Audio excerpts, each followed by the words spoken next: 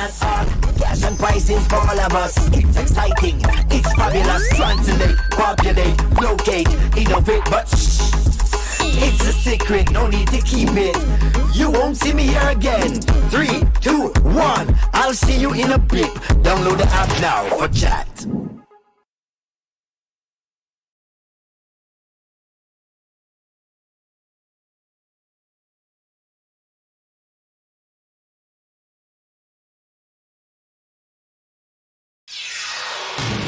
This is the news on top of the hour. Live from our studio in Georgetown. Kaieteur Radio, 99.1 FM. Good morning and welcome to this morning's newscast on Kaieteur Radio. I'm Kevin Smith. Let's get to the news in detail.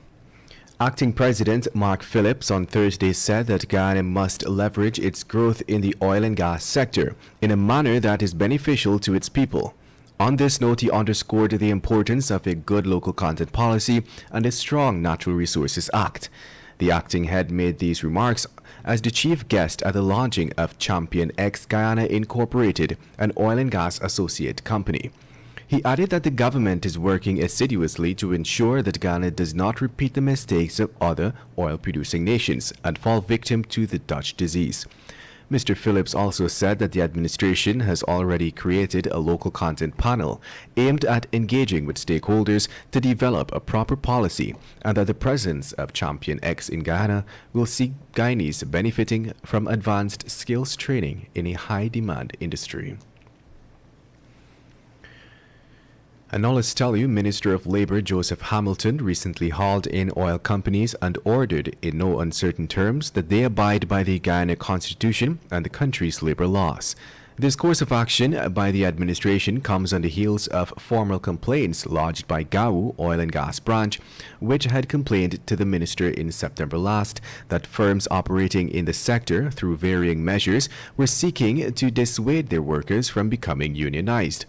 The union, as such, contends that the denial of workers' freedom of association was a blatant violation of Guyanese's constitutional right to belong to trade unions. We understand that the Ministry of Labour recently informed GAU that the delinquent companies will remove the offensive elements from its paraphernalia. And moving on. Minister of Public Health Dr. Frank Anthony on Monday night revealed that it costs the state more than $5,000 to treat each COVID-19 patient who is hospitalized. He explained that one reason the cost to treat a patient would go up is due to getting oxygen to the patients. He further stated that the government has installed a huge tank at the Ocean View Hospital, which is being filled with oxygen every 24 hours. However, he stated that the refilling of the tanks with oxygen could change depending on the patient load for that day. The minister noted that the aforementioned also occurs at the regional hospitals. At the time of this revelation, the minister stated that apart from the large number of patients at the Ocean View COVID-19 hospital, 12 patients are at the West Demerara Regional Hospital, 12 in Maikoni, 5 in New Amsterdam, 3 in Wismar, and 2 each in Skeldon, Martika, and Madia. In other news, ExxonMobil is looking to replicate its success in Guyana with some 23 discoveries, accounting for an excess of 9 billion barrels of oil equivalent in the Stabroek block in neighboring Suriname.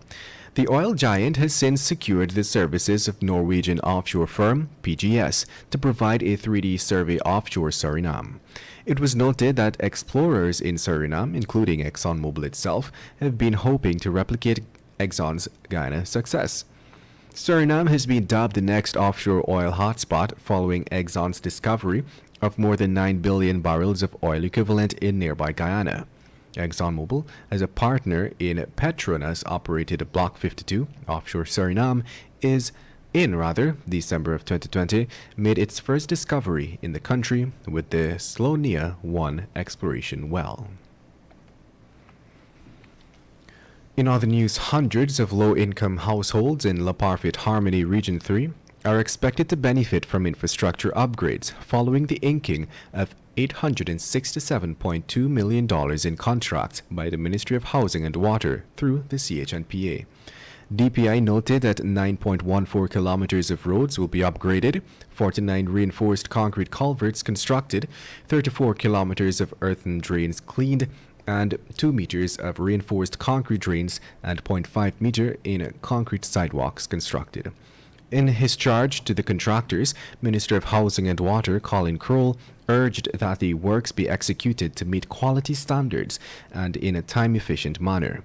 The minister also encouraged the contractors to use the project as a means to foster economic activities in the communities as well.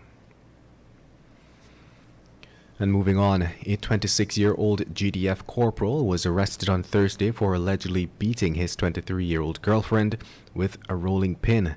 It is understood that the couple got into an argument around 21 hours 30 on Wednesday at the corporal's home located at Tushen on the east bank of Essequibo. During the argument, the rank began to beat the woman, cuffing and kicking her several times about her body. The woman reportedly tried to defend herself with a rolling pin, but the corporal relieved her of it. He then used the rolling pin to further assault the woman by lashing her to the forehead. That evening, before heading to the hospital, his girlfriend headed to the Lenora police station, where she lodged a report. Police arrested him the following day, Thursday, and placed him under close arrest.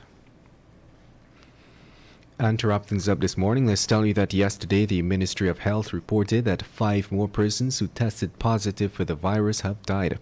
As a result of this, the country's COVID-19 death toll has moved to 749. The ministry reported that the latest fatalities are that of 5 unvaccinated persons. Meanwhile, 252 new infections were recorded, bringing the total number of confirmed cases to 30,696.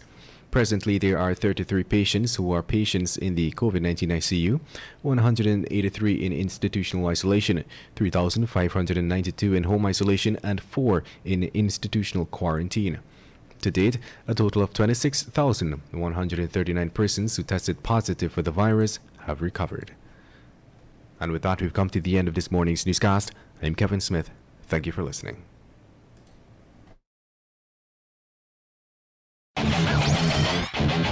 Want value for your advertising dollar? Then place your ads on Kaieteur Radio's newscasts. Streamed live on 6 different mediums, reaching hundreds of thousands.